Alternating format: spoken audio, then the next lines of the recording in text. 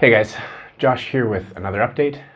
It has been 10 weeks today since the February 6th earthquakes, and there has been a lot that's happened in the last 10 weeks, the last 2.5 months. And yeah, just wanted to take a little bit of time to share some of the stuff that's happening in the region, some of the stuff that we've been involved in, that you guys have been equipping us to be involved in the last while, and some projects that we're going to be involved in going forward. So first of all, though, I just want to thank you guys again so much for all your generosity, your donations, your support, your prayer, your encouragement. Yeah, we couldn't be doing what we're doing without you guys, without your support and your help. So yeah, first of all, just thank you guys so much for everything. We love you guys, and we're so grateful to know that there's people all around the world who have our back and who are supporting us and pushing in to see the people in Turkey and Syria helped and restored from what has been such a devastating series of events. So I just want to start with a bit of an update of like what's happening in general in the region.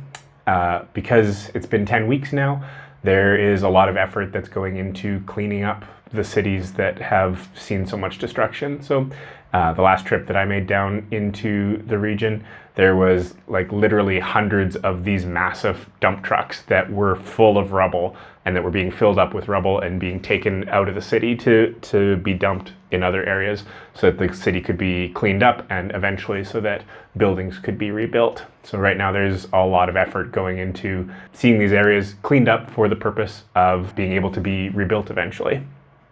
In the meantime, there's a lot of effort going into setting up container homes, setting up like temporary housing in the form of small container homes where people can live in. The problem is those take a lot more time and a lot more money to set up than tents do. And so the rollout of that has been a little bit slower. Most of the people that we know are still just living in tents and probably will continue to be for quite a bit still. And with all of that, we're starting to see a change in focus from a lot of the emergency stuff that we saw within the first few weeks to starting to think about, okay, what does stuff look like in the long term? How can people be helped in the months and years going forward instead of just the days and weeks? So one really potent example of that is the area of water. In the first few weeks after the earthquake happened, these massive trucks full of drinking water, full of bottled water were being shipped into the area and distributed to whoever needed them. But in the last few weeks, that's becoming less and less. And so some of the people that we've been working with, even though at the beginning they had pretty decent access to drinking water, the last while they've been finding it more difficult to get access to that. There's still a lot of great work that's being done by a lot of great organizations in the region, but there are some organizations that have been starting to pull back and are focusing less on helping people in the area, even though in a lot of ways there's still really major needs going forward. And so we're trying to put a lot of effort right now into figuring out how best to help people in the long term as we step into the months after this earthquake instead of just the days and weeks. There's a really helpful article that came out this week that does a good job of explaining the current situation and showing some of the challenges that are being faced right now and that will be faced in the coming months and years. I'll leave that in the description if you want to read it. Bit of an update on what we've been doing. We've been continuing to ship out tents and supplies and toilets to the area affected and trying to find the people that are most in need and figure out what needs we can best help in helping them navigate all of this. So regarding tents specifically, we've been able to roll out enough tents to house over 400 people right now. Some of you guys might have seen the news that there was these massive storms and like rain and floods that were happening in areas affected by the earthquake. We were actually able to have tea with one of the people in kind of like a makeshift tent city where we had set up one of these tents. And we asked them like, hey, you guys had these storms that you went through recently. How did you guys hold up? How did the tents that we set up for you hold up? Like, yeah, how did that work?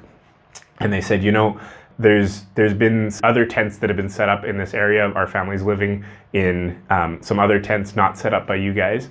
And when the rain and storms came, a lot of these tents were like leaking like crazy. Anything that was like needed to stay dry like ended up getting wet, and a lot of stuff was destroyed during those storms because these tents hadn't held up. But the tents that you guys set up for us, like we were able to stay completely dry within them.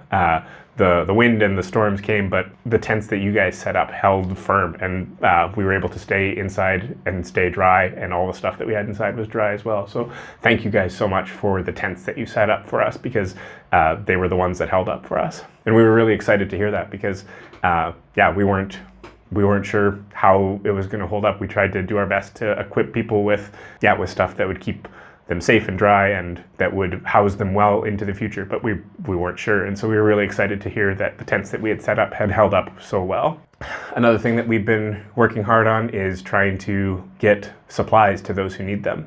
So in that article that I mentioned before, one of the needs that's coming up is, while people are in emergency shelters, they're in tents, and they're like in areas that are somewhat safe right now, because there's being less and less food aid and supply aid being delivered into the area.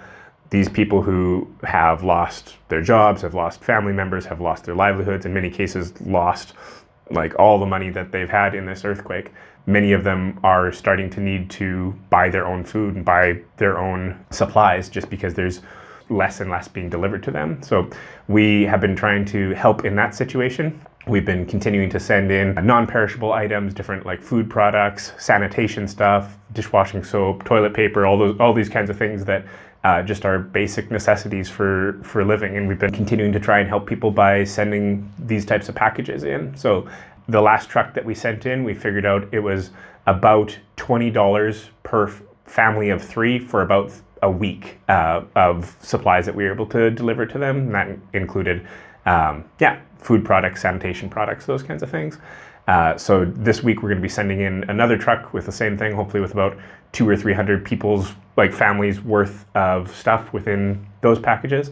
And we're going to continue to try and help people in that way as we can, getting supplies to them, getting whatever they need until they can get back up on their feet and can provide for themselves again. And finally, our composting toilet project is continuing. We've been finding that there's still people who are in need of these. While there are some areas where running water is being restored, and a lot of the bathrooms that weren't working before are starting to be set up as running water gets to them, there's still lots of areas where that's not the case. And so we've been continuing to try to get toilets out to people. Just this week, we got about another 140 built, and they're being distributed right now. About 50 of them have been distributed in the last 48 hours, and the rest will be distributed in the next week or two. We actually were able to get a new design for these toilets, so they're much easier to set up, much easier to deliver to the people who need them, and then when it comes time for them to move, it's much easier to pack it down and move it into other places. We got this like flat pack design that makes it much more portable, much more easy to get a lot of them built. We partnered with a CNC company here that cuts them all out and ships them nice and easily set up for people. So that's one element of the project. And another element of the project is we've been realizing there is a need for privacy for people who are using these toilets. There are some use cases where the toilets have actually been set up in people's tents. Because the way the composting toilets work, the sawdust that we use takes a lot of the smell of the waste. People say, like elderly people or people with disabilities have actually been able to set it up in their tents so that they can use the toilets without an issue, without needing to walk long distances to use them. But in a lot of cases, people want a dedicated place to be able to use these toilets. And so we actually partnered with a local tent manufacturing company, and we were able to work with them to get privacy cabins, privacy tents built and distributed specifically for the purpose of both people needing to use toilets, but also for people needing to use showers. We were able to design it in such a way that it could be used for both purposes, for people needing a place to clean themselves, but also a place where people can use the bathroom. So we have been getting those built and rolling those out as well. There's also lots of other smaller projects that we've been involved in. We've found a supplier of like inexpensive plastic balls that we were able to distribute to some of the kids that survived the earthquake. And those have been a massive hit. In the next truck of supplies that we're sending out, we're going to send out more of those because the kids have been just so excited and so thankful to have something to play with again after so much of their life has just been utterly destroyed. So that's a bit of what we've been involved in the last few weeks. Going forward, we're starting to think about the long game a lot more. What does it look like to help people in the months going forward? And at a base level, we're going to continue to assess needs as they arise in the areas where we are, roll out solutions to try and help those most in need. We'll continue to try and bring supplies to those who need those, whether it be food or sanitation or whatever else is needed. Like I mentioned, we're going to send out another truck this week with probably another few hundred like families worth of supplies, worth of sanitation and food and that kind of thing. And we're going to continue to pay attention to what those kind of base level needs are that aren't being met, and we're going to try and help in continuing to meet those needs. One element of this is that people have been starting to return to the earthquake zone, as much of the short-term emergency housing that had been opened up after the earthquake has been starting to come to an end. Hotels that opened their doors to earthquake victims are now needing to get ready for Turkey's tourist season so that they can have a chance at making money this summer. So again, likely there's going to be a need for more tents and other supplies as people end up moving back into the earthquake zone. So we're going to continue to work to understand what the unmet needs are, and we're going to do our best to help in whatever those needs are going forward. A few other projects that we're looking to get involved in the next little bit. One church that has had people on the ground since the first days after the earthquake has seen that one of the big needs going forward at more of a meta level is going to be that of organization. It's going to be that of figuring out what the greatest needs are in the area and managing those needs and figuring out how to get resources to those people going forward and being able to do that consistently. So to that end, they and some of the people within their circles are creating a digital tool to help keep track of survivors that are needing needs and to help manage distribution in the relief efforts. And they're designing it in such a way that it can be used both in response to this disaster as that response continues, but also so that it can be used in future disasters as well. So I'm actually going to be helping them, working with some of the people on their team to build out this tool in such a way that it can be useful for organizations all throughout the earthquake zone and then for future disasters going forward. Another really cool opportunity that has popped up just these last few days is we are currently researching the possibility of partnering with a few organizations that are providing prosthetic devices to earthquake victims. So after the earthquake, there were thousands of people who have lost limbs or appendages in one way or another due to the earthquake.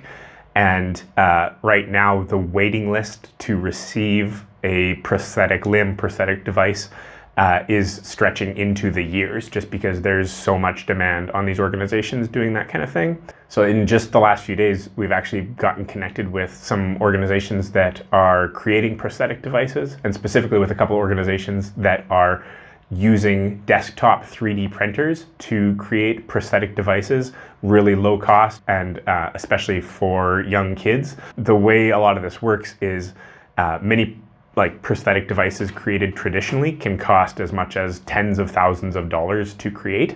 But these organizations have actually been able to create functional hands, functional arms for kids who have lost their hands or arms. And instead of doing it for tens of thousands of dollars, they've been able to do it for between $30 to $50 per piece, which is just mind-blowing. Super exciting. There's still a few months before a lot of the injuries that have come about because of the earthquake will be healed enough that people can be sized and set up for prosthetic devices. But we're looking into the possibility of helping when that time comes. I'm actually currently printing a sample prosthetic hand on my personal 3D printer right now in another room to see about the viability of partnering with these organizations in that way. So whether it ends up being that, or whether it ends up being some other project we're involved in the future, we're continuing to look for more ways to help those most in need and figure out how best we can help them. So that's a bit of what we've been involved in and a bit of what we're looking forward to in the future. Again, thank you guys all so much for all your donations, all your support, all your prayer and your encouragement these last 10 weeks. We couldn't be doing what we're doing without you. So thank you so much.